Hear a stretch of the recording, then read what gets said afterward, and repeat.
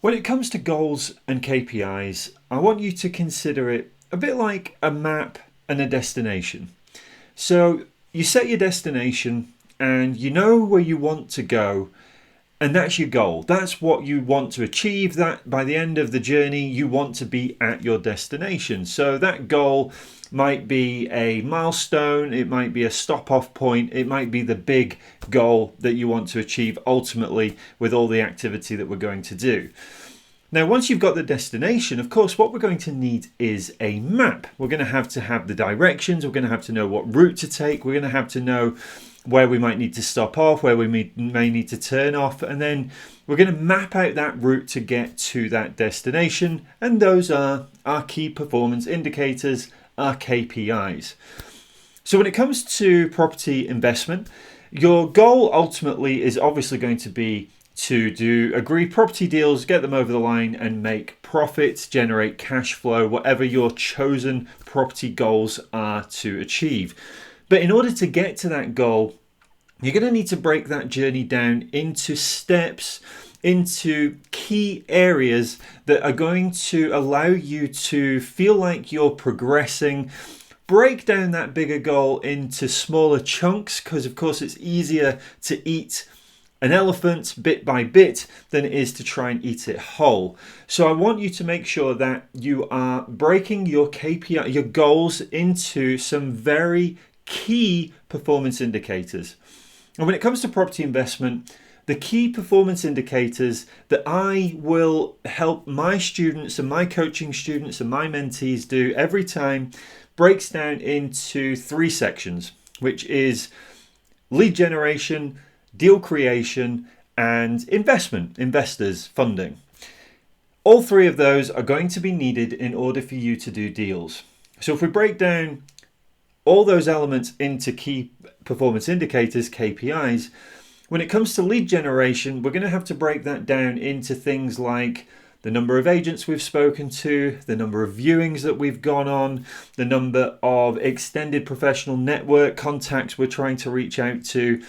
All of those things are part of the lead generation process. I'm not even going to go into paid marketing and off-market lead generation because we're going to go into a whole host of KPI metrics for offline, off-market deals. But for the time being, I want you to concentrate on on-market stuff, which is quite easy to do. So properties analysed, properties viewed, and then obviously the agents that we've reached out to, that sort of thing. Then when you go into deal creation, well, that's going to be analysis. That's going to be due diligence that you've carried out on viewings. That's going to be offers that you have made. It's going to be offers that you have followed up. And then, of course, we're going to have those deals agreed, offers accepted, moving on to completion, progression, and getting that deal into the bank. Now, of course, if you have got capital to invest yourself, great, then you're probably not likely to be overly fussed about investors. Although I would say even if you've got capital in the bank, I would certainly recommend making the effort to reach out to investors, leverage other people's money, because you're going to be able to do more deals more quickly and achieve those big, hairy, audacious property goals a lot more quickly than someone who may be relying solely on investor capital. So just something to bear in mind when it comes to that side of things. But as with most people that I help, you are probably going to have little to no capital of your own. So you're going to have to leverage other people's money, which means that we're going to have to build relationships with investors. So the third part, funding investment, we're going to have KPIs around the number of potential investors that you're reaching out to, the number of conversations that you're having, the number of investors that you are onboarding. And then you combine all of that together from the lead generation, the deal creation, the funding. You're going to have all of your KPIs that every single week you're going to set those goals, you're going to set those KPIs, and you're going to make sure that every single week you're hitting those targets in order to feel like you're progressing. Because if you're anything like most people, including myself, weeks can fall into months, which can fall into years very quickly without you realizing. And if you're not monitoring what you're doing, how you're progressing, what you're achieving, more importantly, what you're not achieving, then time is going to pass by really quickly and you're going to start to really struggle to get any sort of momentum. And you could get momentum and have a great week. We've all done it. You have a fantastic week, really motivated, get up on a Monday, bang, bang, bang. We're doing the viewings, we're doing the offers, we're chasing, we're following up. And then week 2, something kicks in, life kicks in, something happens, someone's ill, kids are off from school, it's holidays, and you lose that momentum, and then that drags into another week, and then you look back at your KPI spreadsheet, it's showing a few reds, and then you lose a bit of motivation, or maybe you jump back in again. But the point is, you're pushing that rock from a standing start every time. You need to maintain consistency week to week to week to week, and that means setting realistic goals and KPIs to make sure that you are achieving those every week. Because if you're working full time, or if you've got other commitments, you're going to need to make sure that you are doing the little bits that are edging the needle forwards, rather than trying to blast then stop, then blast then stop, because it just simply won't help you get any sort of consistent results, which is what property is all about. So what I've got is I want to share with you my KPI spreadsheet that I use with my students. It's very simple. It's not overly complicated. This does not need to be a complicated process. The real value, the real benefit of this is in doing what needs to be done. Don't use a spreadsheet and overcomplicate it as an excuse for not getting the action steps done. This is just simply a really easy form to fill in every single week. Start the week with what you want to achieve, end the week with what you have achieved, monitor what you have and haven't achieved, set your goals for the following week. And you keep doing that every week, you'll start to see results. So hopefully you found that useful. Happy sourcing from me. Let's get over to the demo. I'll show you exactly what to do. And then in the link to this video, you will get a link to that KPI spreadsheet template. Use it as you wish, adapt it, tweak it, whatever it takes for you to get things done. Don't overthink it. Get the action steps done. Here's to your success. Enjoy. So here we have your KPI reporting spreadsheet. So just going to give you a quick demo on how to use this. And really, you want to be filling this in twice a week. You want to be filling it in on a set day at the beginning of the week, setting your goals, your activities that you're going to do throughout that week. And then you're going to have 7 days later, you're going to assess what it is you've achieved, why you've achieved it, why you've not achieved it, and then look to use that information in order to then move forwards with your next week, obviously then to continue to improve, continue to do the activity that's needed to get results. So I've filled in some really the key KPIs for what you're going to be doing. Now you might add in different ones depending on what it is that you are doing. So it might well be that you are looking to speak with builders, for example. So you might put in here, you might put builders, you might put other KPIs that are related to outreach, to your network. But what I want you to really do, and the reason why I've filled in the ones that are in here, is these are the real important ones to focus on every single week. You want to be making sure you are doing at least something towards one of these, ideally all three. So the first thing I want you to do is just up here, you want to stick in the date. So if we just put in the date, and then down here, what we're going to do is think, okay, this week I want to do 10 viewings. And what I'm going to do is I'm going to try and do those viewings on a Wednesday, because remember, we've done our time management exercise. We understand how much time we've got available, and we know that Wednesdays and Saturdays are going to be our viewing days. So we're going to try and do 5 viewings on a Wednesday and 5 viewings on a Saturday. If we want to squeeze one in on a Thursday, we maybe do less on a Wednesday, more on a Thursday.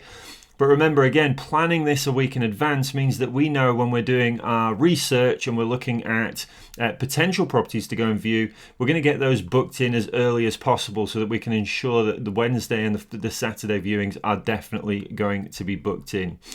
Now, we're also going to have a week where we're going to have a look at a few properties, not necessarily just the ones that we're viewing, but we're obviously going to analyse the 10 that we're viewing, and maybe we're going to analyse an extra 5 just to get our practice in. So we're going to do 15 properties analysed.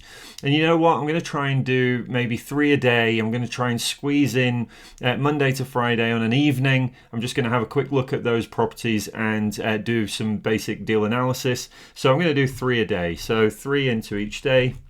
And then if you work your way down through, obviously we're going to be speaking with agents about these viewings, but you might only have a couple. So I might want to reach out to 5 agents this week.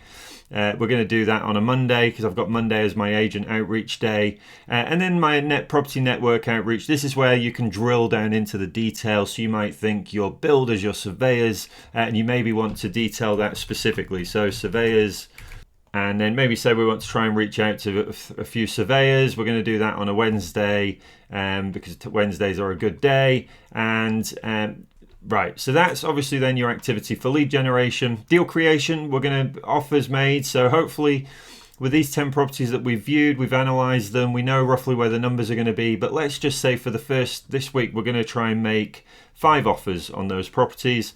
And obviously those offers are realistically going to be made either on the Wednesday or on the Saturday. So just make sure that you've got time allocated for that. I'm going to put all of those in on the Saturday because I'm going to ring the agents then. Nothing to follow up at the moment because we haven't made any offers. Obviously, as the weeks go by, based on the 3 offer process that we teach, you're going to diarise this to follow up in a couple of weeks, in 4 weeks, and then you're going to actually stick that in. So you might have those 5 in a couple of weeks' time to follow up, etc., etc. And then, of course, hopefully we're going to have deals agreed as we start to move forwards. Again, that is more about, we might agree a deal on the Saturday. They might accept one of our offers. Fantastic. And that's a deal agreed that goes into our deal pipeline.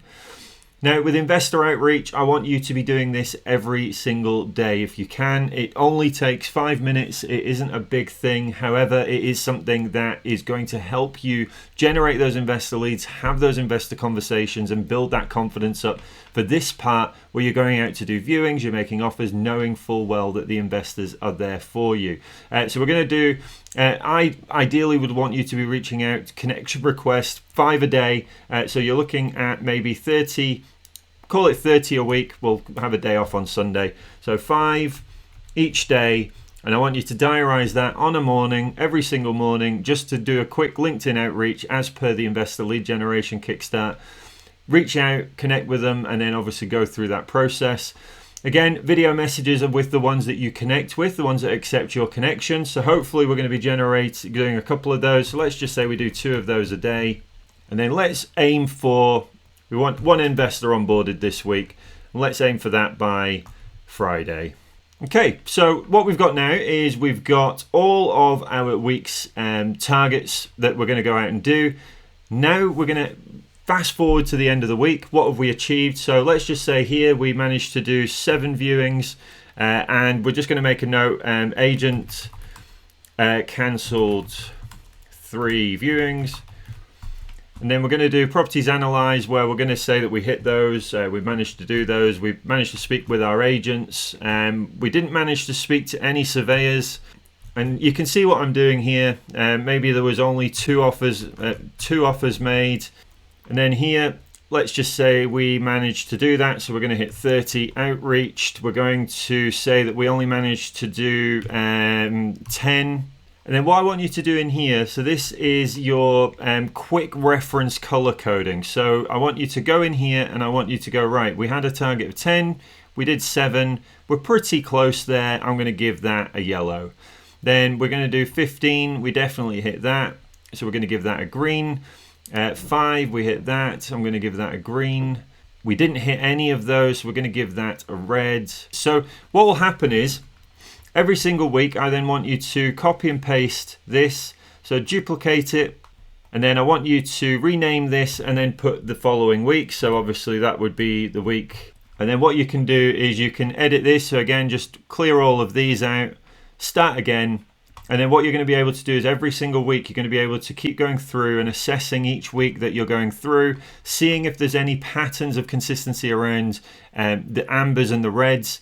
And then obviously look to see what it is that we can do to ensure that these are constantly being filled with green, because the whole point of this is to get as many greens as possible. Now, don't feel pressured to get green on everything every week, because obviously there are going to be things that affect your ability to do that.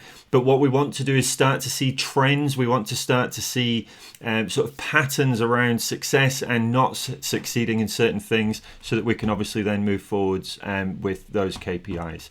So that's the KPI spreadsheet, and yeah, Looking forward to seeing the results.